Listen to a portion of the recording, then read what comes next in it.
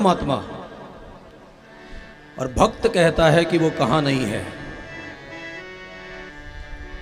देखने के लिए जो आंखें चाहिए, प्रकृति ने और कुदरत ने आंखें सबको दी हैं, लेकिन दृष्टि या तो कोई संत देता है या कोई ग्रंथ देता है, या फिर गीता में परमात्मा ने कहा है दिव्यम ददामि ते चक्षु। आंखें देखने का काम करती हैं और दृष्टि दर्शन का काम करती है। जब देखना दर्शन हो जाता है तो साधक का जीवन कृतकृत्य हो जाता है।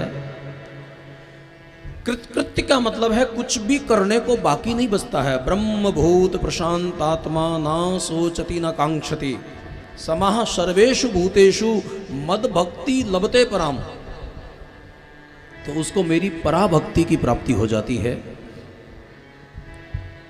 हिरण्याकश्यपु ने जैसे ही उस खंबे पर प्रहार किया, प्रहलाद की भक्ति को सिद्ध करने के लिए भगवान खंबे से प्रकट हो गए। नरसिंह भगवान की जय, नरसिंह भगवान की जय, नरसिंह भगवान की जय। नरसिंह भगवान का जो स्वरूप है बड़ा अद्भुत है। आधे सिंह है, आधे नर हैं।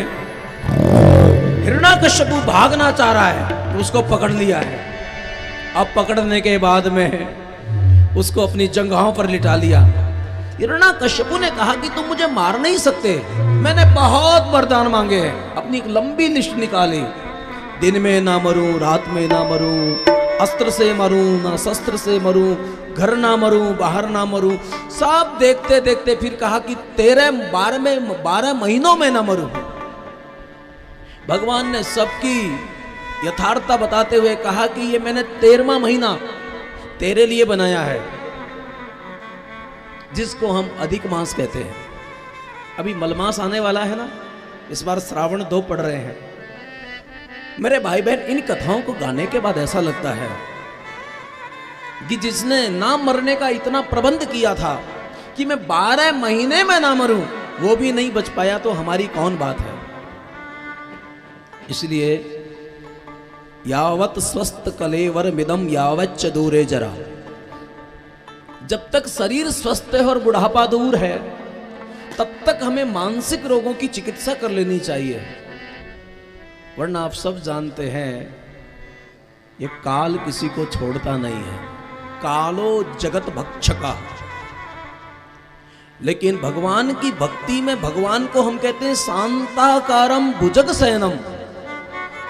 ऐसा जो परमात्मा शांताकार होता है वो कभी कभी क्रोधित भी हो जाता है जब कोई उसके भक्त को सताता है। याद रखिएगा, भगवान शांत होते हैं, लेकिन भगवान का जो भक्त होता है वो शांत नहीं, वो प्रशांत होता है। हिरण्याकश्यपु के ऊपर भगवान नरसिंह को क्रोध आ सकता है, लेकिन इतनी परीक्षा लेने के बावजूद भी प्रहलाद को कभी क्रोध नहीं आया। इसलिए आप हमारी संस्कृति का दर्शन करो। हमारे यहां जब परमात्मा पधारता है तो हम उसको प्रभु कहते हैं, लेकिन हमारे जीवन में जब संत आता है तो हम उसको प्रभु नहीं, उसको महाप्रभु कहते हैं। अब शास्त्र में इस बात को देखिएगा, मोते अधिक संत कर लेखा।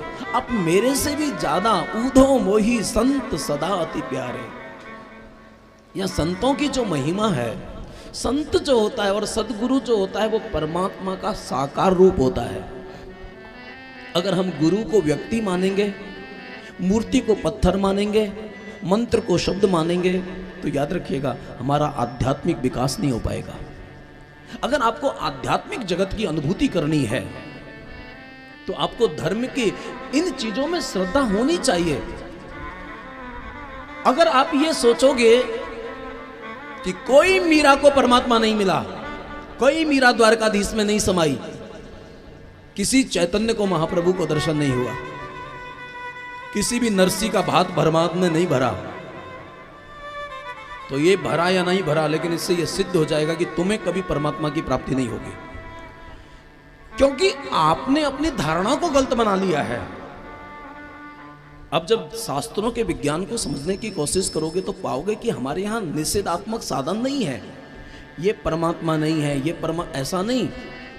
हमारे यहाँ साधना विधेयात्मक होती है। और फिर तो नरसिंह भगवान का और प्रहलाद का जो संवाद है ना, जैसे हाल की ब्याई हुई गाय अपने बछड़े को चाटती है, ऐसे नरसिंह भगवान प्रहलाद को प्रेम करने लगे। भक्त तो बहुत हुए हैं, लेकिन भक्त शिरोमणि प्रहलाद हुआ है। और फिर स्थिति ये हो जाती है, भक्त के उस भाव को देखकर नरसिंह भगवान के आंखों में आंसू आ जाते हैं। क्षंतम्य में यदि समय विलंबा, अगर मुझको आने में विलंब हो गया हो तो आप क्षमा करिएगा। भक्त और भगवान जब दोनों रोते हैं ना, ये जो अवस्था होती है ना, ये तो मीराबाई को पूछो, जो आनंद परमात्मा के लिए रोने में है ना। कबीरदास निर्गुणता की बातें करते हैं, लेकिन कबीर भी कहता है, कबीरा हंसना दूर कर, रोने से कर प्रीत। वो लोग बहुत भाग्यशाली हैं, कोई धन के लिए रोता है, कोई पद के लिए रोता है, कोई संसार के लिए रोता है, लेकिन रोना उसका हमेशा के लिए मिट जाता है जो परमात्मा के लिए रोता है। जिसको एकांत में बैठकर निस दिन बरसत नैन हमारे, सदा रहत पावस ऋतु हम पर, हरि दर्शन की प्यासी अखियां। नरसिंह मेहता केदार राग में गाते हैं, दर्शन दो घनश्याम नाथ मोरी अखियां प्यासी रे। ये जो संस्कृति है हमारे यहाँ का, बहुत प्यारा विज्ञान है धर्म जगत का। और ऐसा नहीं है कि परमात्मा उनको दर्शन नहीं देता, ओहो, ऐसी ऐसी लीलाएं ठाकुर जी भक्तों के साथ करते हैं ना। एक महात्मा बीमार पड़ जाते हैं, उनकी शरीर में बिल्कुल सामर्थ्य नहीं रहता है, संसार में साधुओं का कोई होता नहीं है, तो ठाकुर जी एक बच्चे के रूप में आते हैं और उनके कपड़े साफ करते हैं, उनका भोजन बनाते हैं। एक दिन भक्त ने, भगवान महात्मा ने परमात्मा को पहचान लिया और परमात्मा को कहा, क्यों रे, तू सेवक बन के मेरा कपड़ा धोता है, मेरी सारी सेवा करता है, मेरा रोग नहीं मिटा सकता? रोते हुए बाल स्वरूप ठाकुर जी ने कहा, बाबा प्रारब्ध भोगना पड़ता है, कर्म की गति बहुत गहन है। ये तो जीव इस बात को समझता नहीं है। इसलिए तो जब पहुंचे हुए महापुरुष गाते हैं, नाच मेरे मनवा आनंद ही आनंद है। यहाँ रोने में आनंद है, पाने में आनंद है, खोने में आनंद है। अगर बात समझ में आ जाए ना, तो इस संसार में और सृष्टि में सिवाय आनंद के अलावा कुछ भी नहीं है। अगर भास रहा है तो समझ लेना वो तुम्हारी बुद्धि का कोई ना कोई स्तर है। इसलिए जो लोग उस साधना करते करते देह गेह की आसक्ति को त्याग कर स्वरूप तक की अवस्था को प्राप्त कर लेते हैं, उनके जीवन में आनंद ही आनंद है। आनंद है, आनंद है, आनंद में रहेंगे। कल क्या हुआ, कल क्या होगा, इसकी चिंता ना करेंगे। याद रखिएगा, सुख भौतिक होता है, आनंद शाश्वत होता है। इसलिए सुख शब्द भी भौतिक शब्द है। जहाँ सुख है वहाँ दुख हो सकता है, लेकिन आनंद का कोई अपोजिट नहीं होता है। इसलिए हमने आनंद को परमात्मा कहा है। अब कोई भी शास्त्र पढ़ो, सच्चिदानंद रूपाय। अब कोई भी शास्त्र पढ़ो, आनंद हूं के आनंद आता।